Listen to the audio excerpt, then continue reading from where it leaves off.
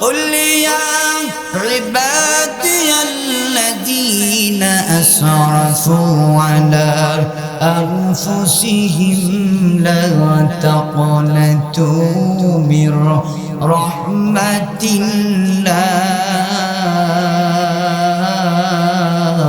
الله إن الله يغفر الذنوب جميعا إنه هو الغفور الرحيم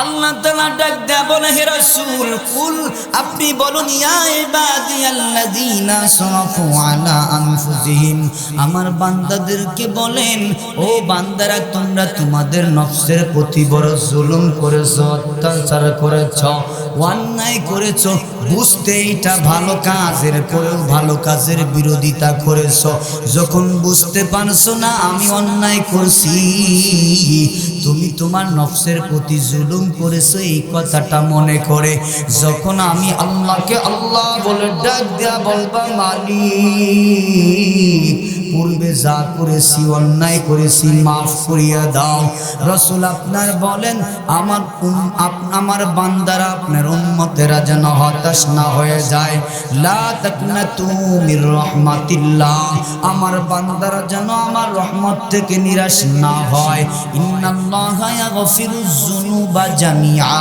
বান্দা যখন তওবাতুন নাসুহা করে যে আল্লাহ আমি অন্যায় করেছি আর কোনোদিন করব না তোমার হুকুম বাস্তবায়ন তোমার কোরআনের আইন বাস্তবায়ন যারা করতে চাইতো তাদের বিরোধিতা করেছি তাদেরকে লাঠি পিটা করেছি তাদের গায়ে লাথি মেরেছি আল্লাহ এখন বুঝতে পারছি তোমার আইন দিয়াই কেবল যদি দেশ চালানো হয় দেশের মধ্যে শান্তি আসবে তোমার কোরআন দিয়া যদি দেশ চালানো না হয় তাহলে দেশের মধ্যে শান্তি আসবে না আল্লাহ বড় অন্যায় করেছি নফসের প্রতি জুলুম করেছি আল্লাহ চোখের পানি ফেলায়া কান্না করলাম আল্লাহ জীবনে যা করেছি ভুল করেছি অন্যায় করেছি তুমি মাফ করে দাও আর কোনোদিন এমন অন্যায় করব না এমন অন্যায় আর কোনোদিন করব না জীবনে অনেক চুরি করেছি চুরি করব না ডাকাতি করেছি ডাকাতি করব না জিনা করেছি জিনা করব না মানুষের হক নষ্ট করেছি হক নষ্ট করব না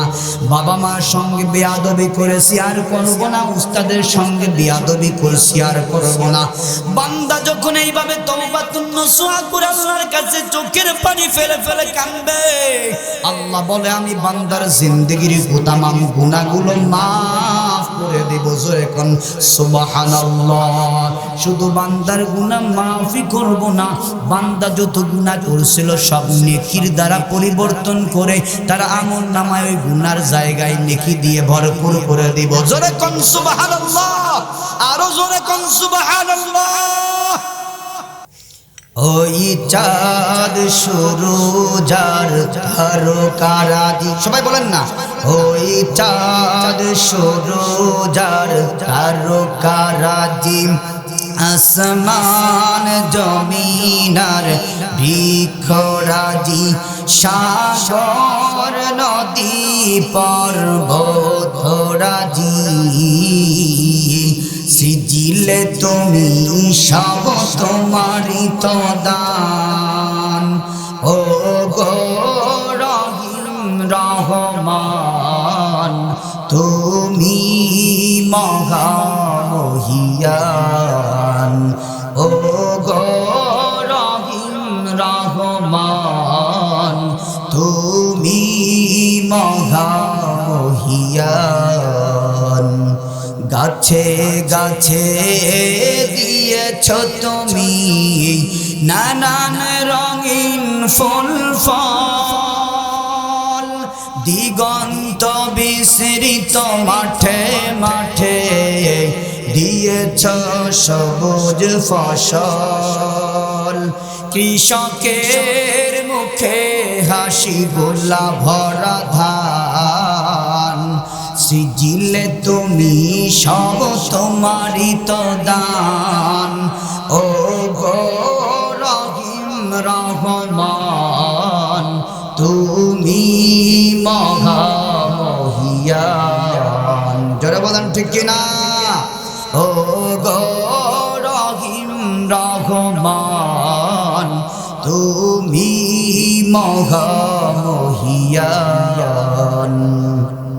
ফুলে ফলে দিয়েছ ঢেলে মন মাতানো সবঘ্রাণ, প্রজাপতি ওরে ডানা মেলে দেখে জুড়িয়ে যায় প্রাণ। ফুল প্রজাপতি আর নানা ফুল ফল, সিজিলে তুমি সব তোমারই তো দান। ও গো রহিম রহমান, তুমি মহামহিয়ান। ও গো রহিম রহমান, তুমি মহামহিয়ান। জোরে জোরে বলেন ঠিক কিনা? আসমান বানাইছে কে? মুসলমান একটু আওয়াজ দে বলো, আসমান বানাইছে কে? জমিন বানাইছে কে? সুন্দর ফুল ফসল এগুলো দেন কে? আমারে আপনারে বানাইছেন কে? ওই আল্লাহ তাআলা বলে আর রহমান। ও দুনিয়ার মানুষ শুনে নাও, আমি আল্লাহ হচ্ছি রহমান, দয়ালু। নবীজি আমার বলে আল্লাহ কেমন দয়ালু শোনো। রাসূল আমার বলেন জাআলাল্লাহু রাহমাতি মিআতি জুজিন। আল্লাহ বলে নবী আমার দুনিয়ার মানুষদেরকে জানায়া দেন আমি আল্লাহর দয়াকে 100 ভাগে ভাগ করেছি। আল্লাহ তাআলা তার দয়াকে কয় ভাগে ভাগ করেছেন? একটু আওয়াজ দিবেন, দেখবেন মনোযোগে লাগবে, ভালো লাগবে। আল্লাহ চাইলে আলোচনা থেকে আমার আপনার হিদায়াতের জরিয়া বানায়া দিতে পারে। জোরে বলেন ঠিক কিনা? আল্লাহ বলেন নবী আমার দুনিয়ার মানুষদেরকে জানায়া দেন আমি আল্লাহ আমার দয়ারে 100 ভাগে ভাগ করেছি। ফাইনসাকা ইনদাহু 99 জুজআন, এরপরে 99 ভাগ দয়া আমি আল্লাহ নিজের জন্য রেখে দিয়েছি। ওয়া আনজালা ফিল আরদি জুজআন ওয়াহিদা, আর জমিনবাসীর মধ্যে জমিনের মধ্যে যত জীব জানোয়ার আছে, যত মাখলুকাত আছে, এই সকল মাখলুকের মধ্যে 1 ভাগ দয়া আমি আল্লাহ নাজিল করেছি। আল্লাহ কয় ভাগ দয়া দিছে জমিনবাসীর জন্য? 1 ভাগ। 99 ভাগ দয়া আল্লাহ নিজের জন্য রাখছেন। হাদিসের এই ইবারতটা অনেক লম্বা।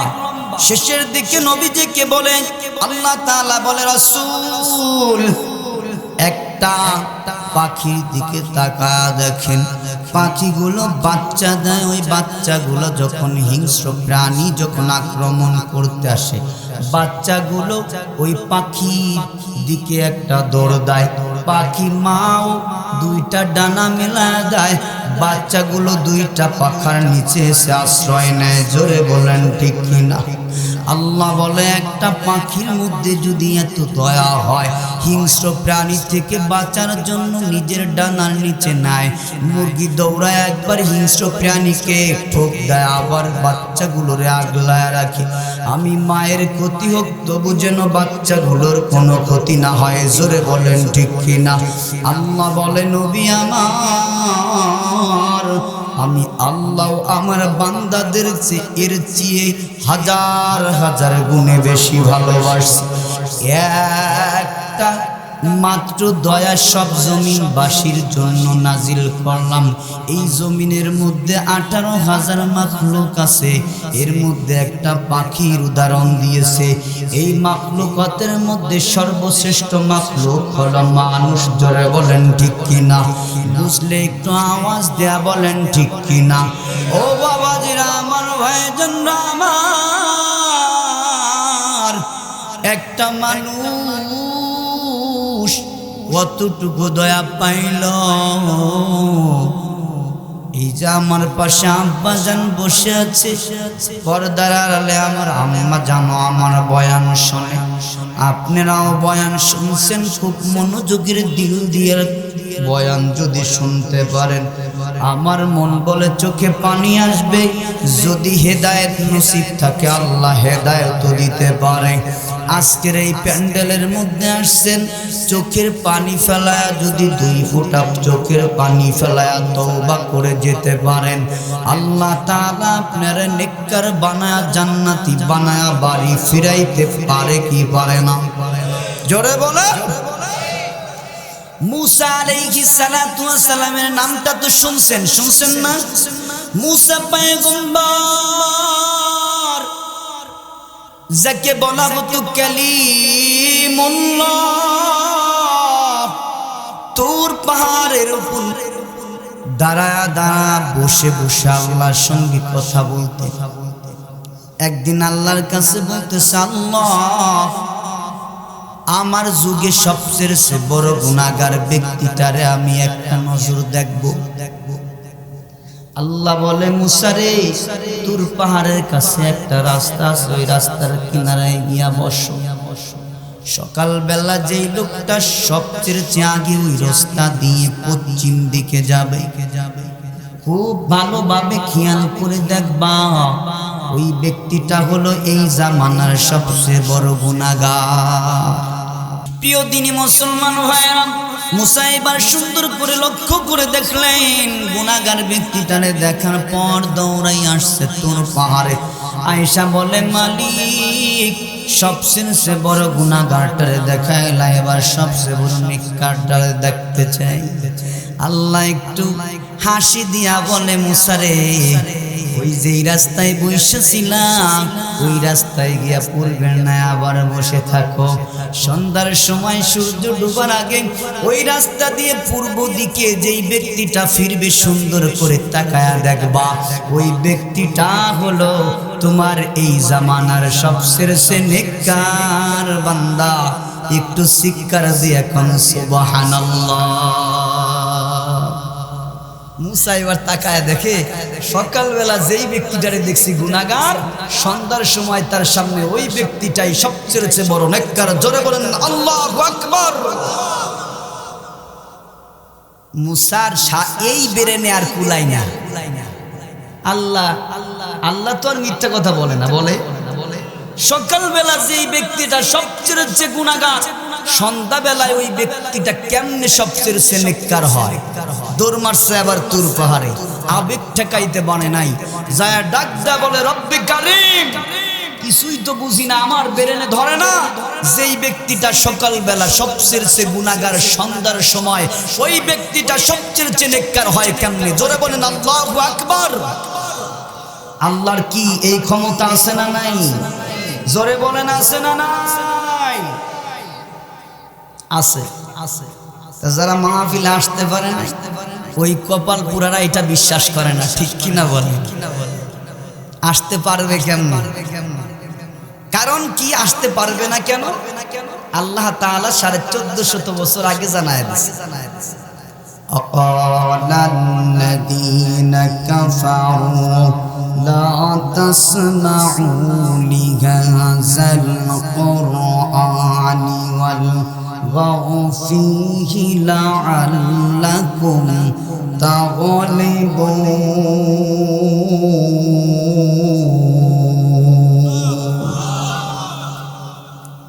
নবীজি যখন কোরআনের আয়াত পাঠ করত, আবু লাহাব, উতবা, শাইবা, আবু জাহেল এরা সব নবীর কোরআন তেলাওয়াত দিয়ে শুনত। কিন্তু বইটাকে বইসে বলতো, খবরদার, ওইখানে রাজনীতির কথা কয় মুহাম্মদ, কোরআন তো শুনতে যাবাই না, বরং কোরআন শুনতে মানুষকে দিবাও না। যেখানে কোরআন তেলাওয়াত হবে সেখানে হট্টগোল লাগাইবা। এই শ্রেণীর মুসলমান বুঝি এখনো জামানায় নাই। তা ওরা কি মাহফিলে আসতে পারে? কোন আসতে পারবে না। আর আল্লাহ কি বলে শোনেন, ওয়াইদা কুরিয়াল কুরআনু ফাসতামিউ লাহু ওয়া আনসিতু লাআল্লাকুম তুরহামুন।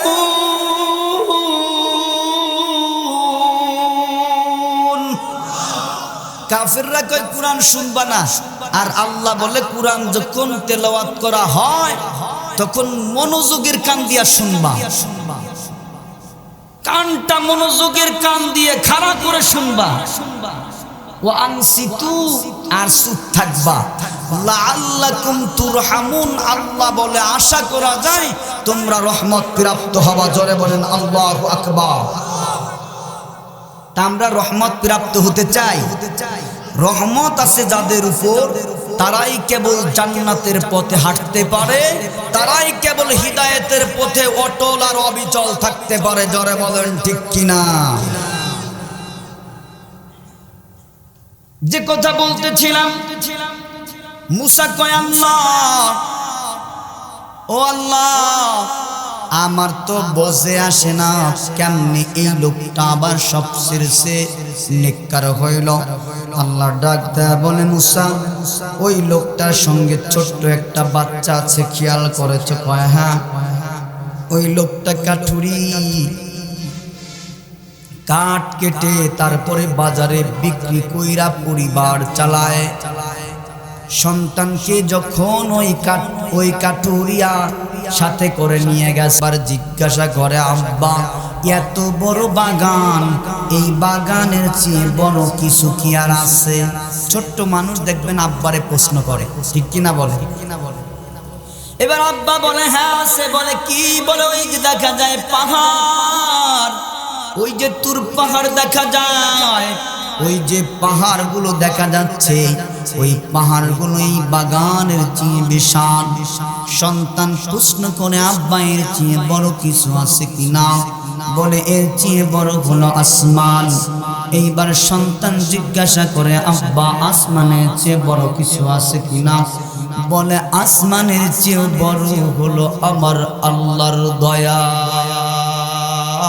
জোরে জোরে কোন সুবহানাল্লাহ। যখন কাঠুরিয়াটা বলছে আল্লাহর দয়ার চেয়েও বড়, সঙ্গে সঙ্গে নিজের অজান্তে চোখের পানি পড়ে গেছে। এইবার মালিক রে ডাক দেয়া বলে, মালিক, আমি জানি আমার গুনাহ আসমান আর জমিনের চেয়েও অনেক বেশি, আমার মতো গুনাহগার কেউ নাই, কিন্তু তোমার দয়া তো আমার গুনার চেয়ে অধিক পরিমাণ বেশি। আল্লাহ তুমি আমাকে মাফ করে দেওয়ার, জীবনে অন্যায় করব না। অনুতপ্ত হয়ে তওবা করছে আল্লাহর কাছে। এত মজা লাগছে, এত ভালো লাগছে। বান্দারে শুধু মাফই করেন নাই, মাফ করে দিয়ে পূর্বে যে গুনাহ ছিল, গুনাহগুলো নেক দ্বারা পরিবর্তন করে দিয়েছে। জোরে কোন সুবহানাল্লাহ। ও আমার বাবাজিরা, ভাইরা আমার, মুসার উম্মত সকালবেলা গুনাহগার, সন্ধ্যার সময় যদি সবচেয়ে বড় নেককার হইতে পারে, আমি আপনি তো মুসার উম্মত নয়, আমি আপনি রহমাতুল লিল আলামিনের উম্মত।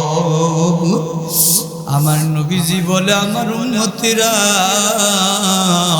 তোমরা কষ্ট পাও। আগেকার জামানার উম্মতের কথা শুনে তারা 400 বছর 500 বছর ইবাদত করছে, কিন্তু আমার একটা উম্মত যদি কদরের রজনী পাওয়া যায়, এক কদরের রজনীতে যদি রাত্র জায়গায় ইবাদত করে, তাহলে 500 বছর ইবাদতকারী উম্মতদের চেয়েও আমার উম্মতের একটা রাত্রের সওয়াব বেশি। এমন নবীর উম্মত হইতে পারলাম, তাহলে আমার আপনার দাম কত? আল্লাহ তাআলা বলে, নবী আমার জানায়া দেন, আমি আল্লাহ আমার রহমতকে 100 ভাগে ভাগ করেছি। 99 ভাগ আল্লাহ আমি নিজের জন্য রাখছি, 1 ভাগ দয়া জমিনবাসীর জন্য নাজিল করেছি। ও বন্ধুরা আমার, বাবাজিরা আমার, আল্লাহ তাআলা নবীরে ডেকে বলে, নবী আমার, কোন আল্লাহ ভোলা মানুষ যদি এভাবে নিজের অনুতপ্ত করে, আমি গুনাহগার আল্লাহ আমারে মাফ করে দাও, চোখের পানি ফেলায় আমি আল্লাহর কাছে ক্ষমা চাই, আমি আল্লাহ বান্দার জিন্দেগির সব গুনাহ মাফ করে দিয়ে তারে পূর্বের গুনাহগুলো নেক দ্বারা পরিপূর্ণ করে নেককার বানায়া বাড়ি ফিরায়া দেব। জোরে কোন সুবহানাল্লাহ। ও ভাই, যেই কথা বলতেছিলাম, আমার আব্বাজান হঠাৎ করে শুনতে পেরেছে, আমি আব্বাজানকে ধরে নিলাম, 10 বছর আব্বা বলে ডাকি না। হঠাৎ করে আমার আব্বা শুনতে পারছে ইউসুফ হসপিটালে অ্যাক্সিডেন্ট করে পড়ে আছে। আব্বার সাথে কোনো যোগাযোগ নাই। এক বন্ধু ফোন করে আব্বাজানকে বলল, আপনার ছেলে অ্যাক্সিডেন্ট করছে, বলেন তো আমার আব্বা কি আমার পাশে গিয়ে দাঁড়াবে কি দাঁড়াবে না? জোরে কোন। আমি ইউসুফ মারে মা বলে ডাকি না। একদিন কোন বয়ানে আপনার মতো আব্দুল করিম, আব্দুল রহিম, আমার মতো ইউসুফ আলী ফরিদিনা ধরেন আমার সে অনেক বড় আলেমের মজলিসে বসে গেছে। আলেমরা বলে, বাবা মারে কষ্ট দিলে জান্নাত পাইবা না। সন্তান শুনিয়া মায়ের দুয়ারে গিয়ে গভীর রাত্রে যদি মা বলে ডাক দেয়, বলেন তো মা সন্তানের গলা শুনে টের পাবে কি পাবে না? মা ডাক দেয়া বলবে, আব্দুল করিম এতদিন মা বলে ডাকিস নাই, কি হয়েছে রে বাবা, কোথায় গিয়েছিলি? আমি নাই রাগ করে বলেছিলাম বাড়ি ছেড়ে চলে যা, তাই বলে কি তুই আমার ছেড়ে চলে যাবি? ও বাবা, এইবার সন্তান ওই যে বয়ান শুনছে, মা বাবা কষ্ট যদি পায়, মা বাবা যদি মাফ না করে জান্নাত পাওয়া সম্ভব না। এইবার সন্তান দৌড়ায় গিয়া মায়ের পা জড়ায় ধরে কান্না করে আর বলে, মা ও মা মাফ করিয়া দাও। বলেন তো এমন কোন নিঠুর মা আসেনি সন্তান রে ক্ষমা করবে না? আছে, জোরে কোন আছে? আরো আওয়াজ দেখুন আছে। আরে মায়ের সামান্য দয়া থাকার পরে মা যদি সন্তান রে পাওয়া পর সন্তানের সব অন্যায়গুলো মাফ করে দেয়, যে আল্লাহ 99 ভাগ দয়া রাখছে, বলেন তো ওই আল্লাহ কি আমারে আপনারে মাফ করবে না? আল্লাহ তাআলা বলে, রাসূল উল্লিয়া ইবাদিয়াল্লাযীনা আসরাফু আলা আনফুসিহিম লা তাকনাতু মির রাহমাতিল্লাহ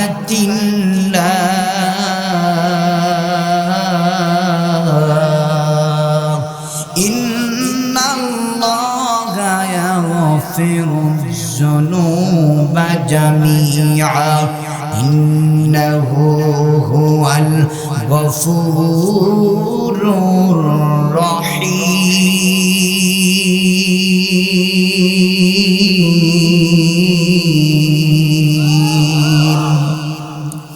আল্লাহ তাআলা ডাক দেয়া বলে, হে রাসূল কুল, আপনি বলুন, ইয়া ইবাদিয়াল্লাযীনা আসরাফু আলা আনফুসিহিম, আমার বান্দাদেরকে বলেন, ও বান্দারা তোমরা তোমাদের নফসের প্রতি বড় জুলুম করেছো, অত্যাচার করেছো, অন্যায় করেছো, বুঝতে এটা ভালো কাজের পরেও ভালো কাজের বিরোধিতা করেছো। যখন বুঝতে পারছো না আমি অন্যায় করছি, তুমি তোমার নফসের প্রতি জুলুম করেছো, এই কথাটা মনে করে যখন আমি আল্লাহকে আল্লাহ বলে ডাক দেয়া বলবা, মালিক পূর্বে যা করেছি অন্যায় করেছি মাফ করিয়া দাও। রাসূল আপনার বলেন, আমার বান্দারা আপনার উম্মতেরা যেন হতাশ না হয়ে যায়।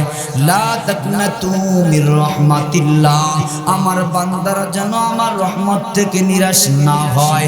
ইন্নাল্লাহা ইয়াগফিরুয যুনুবা জামিআ, বান্দা যখন তওবাতুন নাসুহা করে যে আল্লাহ আমি অন্যায় করেছি আর কোনোদিন করব না, তোমার হুকুম হুকুম বাস্তবায়ন, তোমার কোরআনের আইন বাস্তবায়ন যারা করতে চাইতো তাদের বিরোধিতা করেছি, তাদেরকে লাঠি পিটা করেছি, তাদের গায়ে লাথি মেরেছি।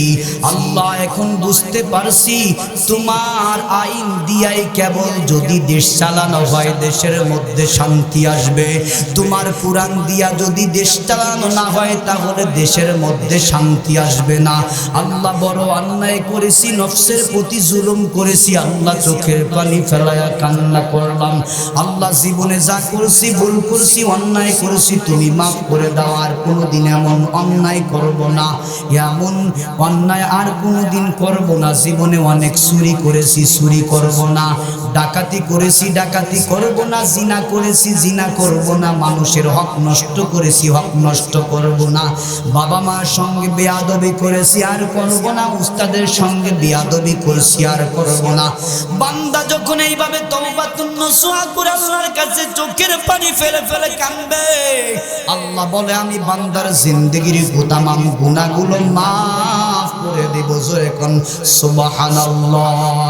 শুধু বান্দার গুনাহ মাফই করব না, বান্দা যত গুনাহ করেছিল সব নেকির দ্বারা পরিবর্তন করে তার আমলনামায় ওই গুনার জায়গায় নেকি দিয়ে ভরপুর করে দেব। জোরে কোন সুবহানাল্লাহ, আরো জোরে কোন সুবহানাল্লাহ।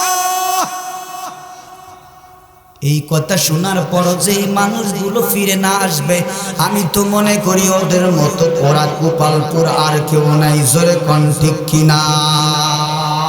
জ্ঞানী যারা বোঝে তারা হাতের ইশারায় বিয়াকুবকে কেউ কোনোদিন বুঝাইতে পেরেছি কি ভাই? জোরে বলেন ঠিক কিনা? কচুর মতো কচু হলে অল্প জালে সিজে, মানুষের মতো মানুষ হলে অল্প কথাই বোঝে। জোরে বলেন ঠিক কিনা? বন্ধুরা আমার, বাবাজিরা আমার, আল্লাহ হচ্ছে রহমান। আল্লাহ কি বলেন? আরো চিল্লা বলেন, আল্লাহ কি? রহমান। আল্লাহ তাআলা হচ্ছে দয়ালু। বান্দা যখন ভুল বুঝতে পেরে আল্লাহর কাছে তওবা করবে, আল্লাহ ওয়াদা করেছে বান্দা তোরে মাফ করে দেব। সুবহানাল্লাহ বলেন। এজন্যই আল্লাহ বলে বান্দাদেরকে জানায়া দেন, নবী আমার, আমি আল্লাহ 99 ভাগ দয়া আমি আল্লাহর কাছে রেখে দিয়েছি। বান্দারে শেষ মুহূর্ত পর্যন্ত সুযোগ দেই।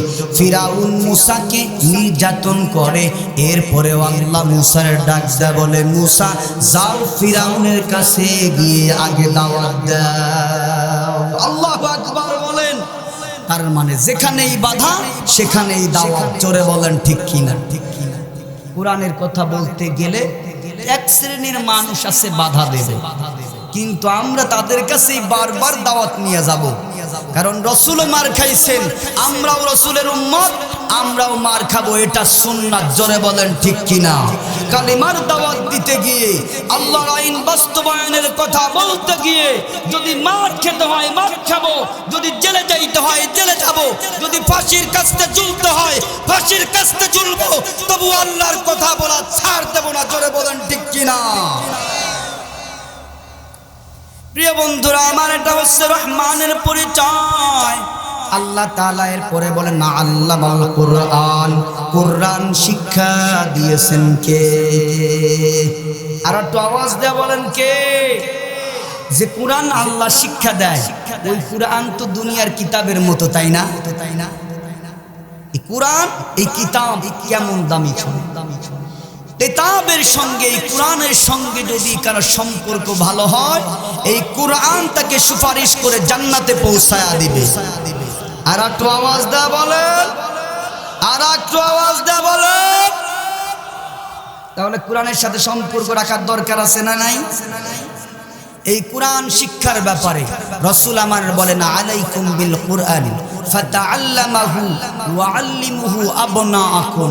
কোরআনের প্রতি তোমাদের নসিহত, হে দুনিয়ার উম্মতেরা শোনো, আলাইকুম বিল কুরআন, কোরআন তোমরা নিজেরা শিখবা।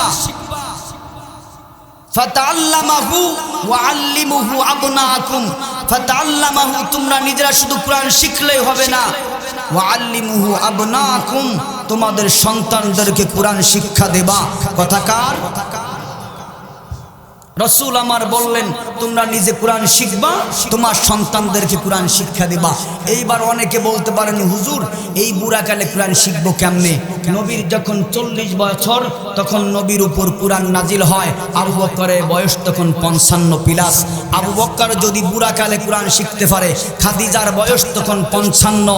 খাদিজা যদি কোরআন শিখতে পারে, আরে মিয়া আমি আপনার কতটুকু বয়স হয়েছে, আমি আপনি কোরআন শিখতে পারবো না? রসুলের চাচা আমির হামজা যদি কোরআন শিখতে পারে, আমি আপনি কেন কোরআন শিখতে পারবো না? এটা হলো আমাদের মৌখিক কথা। আসলে আমরা যদি চেষ্টা করতাম, আমরা প্রতিটা মানুষ কোরআনের ছাত্র হয়ে কোরআন শিক্ষা করতে পারতাম। জোরে বলেন ঠিক কিনা? আপনারা মরিস বুকাইলি একজন রসায়ন বিভাগের বিজ্ঞানী, তার নাম শুনতে পারেন অনেকেই। এই মরিস বুকাইলি সব কিতাব নিয়ে রিসার্চ করার পর শেষ পর্যন্ত চিন্তা করলো মুসলমানের একটা নাকি গ্রন্থ আছে, নাম হলো কিতাবুল্লাহ, কুরআনুল কারিম। এই কুরআনে কারিমের মধ্যে নাকি কোনো ভুল নাই, সব কিতাবের মধ্যেই তো ভুল পাইলাম। এইবার কুরআনের ভুল আমি খুঁজতে চাই। একটা ইংরেজি ট্রান্সলেশন একটা বই কিনলেন, ইংরেজি অনুবাদ করে তুই কোনো ভুল খুঁজে পাইলেন না। চিন্তা করলেন কুরআন তো আরবি ভাষায় নাজিল হয়েছে, অতএব আমি কুরআনের আরবি যেই ভাষায় নাজিল হয়েছে সেই আরবি শিখব। মক্কার সবচেয়ে বড় ইমাম সাহেবকে বললেন আব্দুস সুদাইস, আপনি আমাকে সপ্তাহে একদিন মাত্র আমার ছুটির দিন কুরআন শিখার ব্যাপারে একটু সুযোগ দিবেন, সময় দিবেন। তিনি বড় খুশি হয়ে গেলেন যে একজন বিজ্ঞানী কুরআন শিখতে চায়, তাকে শেখানোর জন্য তিনিও বললেন আচ্ছা ঠিক আছে আপনারা শিখাবো, বিনিময় কিছু দেওয়ার দরকার নাই, তবু কুরআন শেখেন। আল্লাহু আকবার বলেন। মরিস বুকাইলি কুরআন শিক্ষা করতেন, মাত্র মাসে 4 দিন সময় পাইতেন। কয়দিন সময় ভাই? কয়দিন? 3 মাসে কোরআন শিক্ষা গ্রহণ করলেন। কোরআনের আরবি লুগাত শিখার জন্য আরো 3 মাস সময় ব্যয় করলেন। এরপরে এইবার আরবির অর্থ সহ তিনি পড়তে পারলেন। আরে ভাই 6 মাসে যদি একজন খ্রিস্টান সে চেষ্টা করে কোরআন লুগাত সহ পড়তে পারে, অর্থ সহ পড়তে পারে, আমি আপনি মুসলমান যদি চেষ্টা করি কোরআন কি আমাদেরকে সহি করে শেখা সম্ভব আছে না নাই? জোরে বলেন আছে না নাই? আমাদের মধ্যে চেষ্টা নাই। এজন্যই আল্লাহ রাসূল বললেন ফাইন্নাকুম আনহু তুসআলুন ওয়া বিহি তুজসাউনা। শোনো দুনিয়ার মানুষ, কুরআন এজন্যই শিক্ষা গ্রহণ করবা, তোমাদের সন্তানদেরকে শিক্ষা গ্রহণ করাইবা, কারণ কুরআনের শিক্ষা ব্যাপারে তোমাদেরকে জবাবদিহি করতে হবে এবং এর প্রতিদানও দেওয়া হবে। জোরে কোন সুবহানাল্লাহ। কি বুঝলেন? তার মানে কুরআন যদি না শেখেন, কুরআন যদি না পড়েন, কুরআনের সাথে যদি সম্পর্ক ভালো না থাকে, তাহলে আপনাকে আল্লাহর কাঠগড়ায় জবাবদিহি করতে হবে। জোরে বলেন ঠিক কিনা? দুনিয়ার কত মানুষ চেয়েছে কুরআনটাকে ধ্বংস করে দিতে, কিন্তু দুনিয়ার কোন মানুষ কি কুরআনকে ধ্বংস করতে পারছে? জোরে বলেন পারছে? কেন পারে নাই? কারণ আল্লাহ তাআলা বলেন ইন্না নাহনু নাযালনা যিকরা ওয়া ইন্না লাহু লাহাফিজুন। এই কুরআনকে আমি নাজিল করেছি, আর এর সংরক্ষণ করার দায়িত্ব কার? একটু চিল্লায় বলেন কার? অতএব দুনিয়ার মানুষ কান খাড়া করে শুনে রাখো, তোমরা চাইলে এই কুরআনটাকে ফুঁক দিয়ে নিভিয়ে দিতে পারবে না। জোরে বলেন ঠিক কিনা? অনেক খ্রিস্টানরা ব্রিটিশ আমলে, ব্রিটিশ শাসকরা, এরপরে অনেক ইহুদি নাসারা, খ্রিস্টানরা অনেক মিশনারি চালু করেছিল কুরআনকে পুরায়া শেষ করে দিবে। কিন্তু কুরআন কি পুরায়া শেষ করে দেওয়া সম্ভব? এটা এক হিন্দু, তিনি বুঝতে পারলেন, কিন্তু আমরা মুসলমানরা অনেকেই বুঝি না। জোরে বলেন ঠিক কিনা? ভাইয়েরা আমার, উনারের প্রতি মোহাব্বত রাখলে অনেক আলোচনা, কিন্তু সময় আমার নেই। অল্প সময়ের মধ্যে আমি শেষ করে দেব ইনশাআল্লাহ। থাকবেন তো না উঠে যাবেন? উঠবেন না তো? তা বন্ধুরা আমার, সেই হিন্দু বলল যে শোনো, তোমরা যতই চেষ্টা করো কুরআনকে শেষ করা সম্ভব না। পৃথিবীর সব গ্রন্থগুলো যদি পুড়িয়ে ফেলো, কুরআনকে পুরায়া ফেলেও কুরআন শেষ করতে পারবা না। জোরে বলেন ঠিক কিনা? তিনি তার ভাষায় বললেন যদি আগুন লাগে ধ্বংস হয়ে যায়, যদি আগুন লেগে ধ্বংস হয় পৃথিবীর সব বইয়ের গান, বিশ্ব থেকে হারাবে না পবিত্র কোরআন। তবু বিশ্ব থেকে হারাবে না পবিত্র কোরআন। জোরে বলেন ঠিক কিনা? যদি আগুন লেগে ধ্বংস হয় পৃথিবীর সব বইয়ের গান, বিশ্ব থেকে হারাবে না পবিত্র কোরআন, তবু বিশ্ব থেকে হারাবে না পবিত্র কোরআন। বন্ধুরা আমার, পৃথিবীর সব মানুষ মিলে যদি চেষ্টা করেন কোরআনটাকে শেষ করে দিবে, তবুও শেষ করতে পারবে না। কারণ কোরআন সংরক্ষণের দায়িত্ব রেখেছেন কে? জোরে বলেন। ওই জন্য আমরা কোরআনের সাথে সম্পর্ক রাখবো।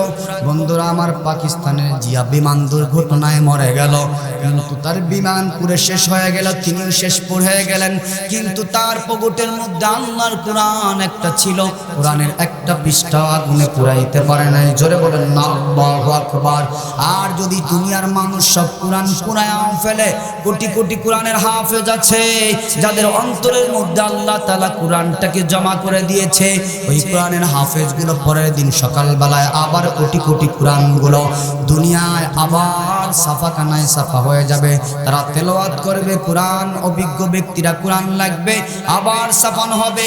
দুনিয়ার মানুষ চাইলেই কোরআনটাকে ধ্বংস করতে পারবে না, কারণ কোরআন সংরক্ষণের দায়িত্ব নিয়েছেন কে? জোরে বলেন। এজন্য আমরা নিজেরা কোরআন শিখবো, নিজেদের সন্তানদেরকে কোরআন শিখাইব। এই যে মহিলা মাদ্রাসার উদ্যোগে মাহফিল হচ্ছে, ভাইরা আমার, বাবাজিরা আমার, আমরা রিজিকের পিছনে দৌড়াই, কিন্তু রিজিক, উত্তম রিজিক আর সবচেয়ে বড় রিজিক, আমরা 3 শ্রেণীর রিজিক আছে। একটা হলো রিজকুল আকবার, বলেন নাম কি? রিজকে আকবার, একটা হলো রিজক আফদল, একটা হলো রিজকুল আসগর। সবচেয়ে বড় রিজিক হচ্ছে শারীরিক সুস্থতা। অনেক মানুষ টাকা ধন দৌলত আছে, কিন্তু ক্যান্সার হয়ে গেছে, কোনো চিকিৎসা নাই, বাড়ি গাড়ি সব বিক্রি করে দিয়ে চেষ্টা হয়, এরপরেও সুস্থতা অর্জন হয় না। কারণ কি?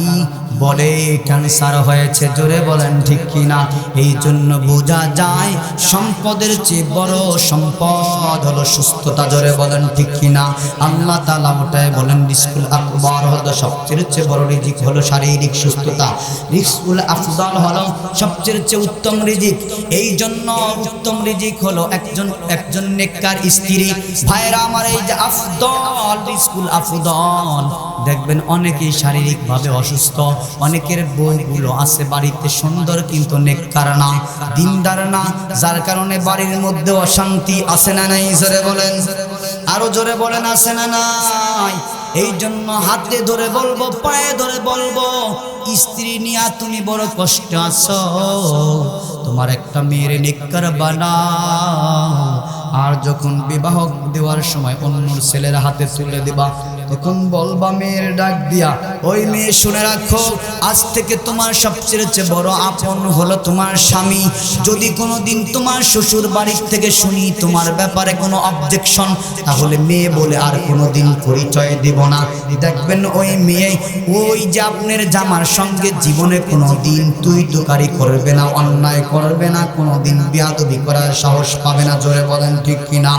আর দিনের বুঝ যদি থাকে, আল্লাহ ভীতি যদি থাকে, তাহলে জীবনে কোনোদিন স্বামীর সঙ্গে বেয়াদবিও করতে পারবে না। জোরে বলেন ঠিক কিনা? হযরতে ফাতিমাতুস সাদিয়া রাদিয়াল্লাহু তাআলা আনহা একদিন আব্বাজানকে ডাক দেয়া বলে, আব্বাজান, আমার সঙ্গে জান্নাতের সঙ্গী কে হবে একটু বলেন। বলে, এক কাঠুরিয়ার স্ত্রী। ফাতেমা বড় আশ্চর্য হয়ে গেল, আমি নবীর মেয়ে, জান্নাতীদের সর্দারিনী, আমার সঙ্গে জান্নাতের সঙ্গী হবে একজন কাঠুরিয়ার স্ত্রী। তিনি ওই কাঠুরিয়ার স্ত্রীর ব্যাপারে জানার জন্য রাত্রে পর্দা সহকারে বের হলেন। কাঠুরিয়ার স্ত্রীকে ডাক দিলেন, ডাক দেয়া বলে, কে? বলে, আমি হচ্ছি ফাতিমাতুস সাদিয়া রাদিয়াল্লাহু তাআলা আনহা। যখন পরিচয় দিচ্ছে, বলে, আমার স্বামীর অনুমতি নাই আপনার সঙ্গে দেখা করার জন্য, আগামীকাল আসবেন। আল্লাহু আকবার। কোন আচ্ছা বলেন তো, একজন মহিলা আর একজন মহিলার সঙ্গে কি পর্দা আছে? কিন্তু ওই যে স্বামীর অনুমতি নাই, যার কারণে তিনি তার সামনে আসলেন না। বললেন, স্বামীর অনুমতি নেওয়া পর তারপরে আগামীকাল আইসো, আগামীকাল যদি স্বামী অনুমতি দেয় তারপরে তোমার সঙ্গে দেখা করব। পরের দিন এসেছে হাসানকে নিয়া। হাসানকে কোলে করে নিয়ে আসার পর এইবার পর্দার আড়াল থেকে প্রশ্ন করে, পর্দার আড়াল থেকে প্রশ্ন করে, কে তুমি? বলে আমি ফাতিমা। বলে তোমার সাথে কেউ আছে? বলে আমার কোলে হাসান আছে। বলে হাসানের বয়স কত? বলে 2 বছর পার হয়েছে। বলে না না, আজকেও তোমার সঙ্গে দেখা করতে পারবো না, স্বামী অনুমতি দিচ্ছে তোমার সঙ্গে, কিন্তু তোমার ছেলের সঙ্গে না। বলে আমার ছেলে তো এখনো শিশু, তার সঙ্গে তো তোমার পর্দা ফরজ না। বলে আল্লাহ তাআলা বলছে 2 বছর পর দুধ খাওয়া বন্ধ করে দিবা, তার মানে 2 বছর পর সন্তান ভালো মন্দ কিছুটা বুঝতে পারে, এই জন্য তার সামনেও আমি যাইতে পারবো না, আমার স্বামীর অনুমতি নাই। ফাতেমা এবার ডাক দেয়া বলে, বোন রে, বুঝছি বুঝছি, এই স্বামীর ইত্তেবা করার কারণে আল্লাহ তাআলা তোর মর্তবা এত বাড়ায়া দিছে, তুই স্বামীর কথার অনুমতি ছাড়া কিছুই করিস না। এই জন্যই আল্লাহর হাবিব বলেছে আমি ফাতিমার সঙ্গে তুই জান্নাতে যাবি। জোরে জোরে বলেন আল্লাহু আকবার। ও ভাই জানরা, আমার বাবাজিরা, আমার এইভাবে তাকওয়াবান যদি একটা মেয়ে আপনি পয়দা করতে পারেন যে স্বামীর অনুমতি ছাড়া কোনো কিছু করবে না, এমনকি স্বামীর অনুমতি ছাড়া তার ভাইয়ের সঙ্গেও দেখা করতে পারবে না, ভাইয়ের বাবার সঙ্গেও কথা বলবে না, এমন স্ত্রী যদি হয়, তাহলে ওই যে রাসূল বলছে জান্নাতি, তোমার সঙ্গে জান্নাতের সঙ্গী হবে অমুক কাঠুরিয়ার স্ত্রী। এমন স্ত্রী আর এমন মেয়ে যদি আমার তোমার বানাইতে পারি, ওই মেয়েগুলা, ওই স্ত্রীগুলা ফাতেমার সঙ্গে জান্নাতে যাবে, কোনো সন্দেহ নাই। জোরে বলেন ঠিক কিনা?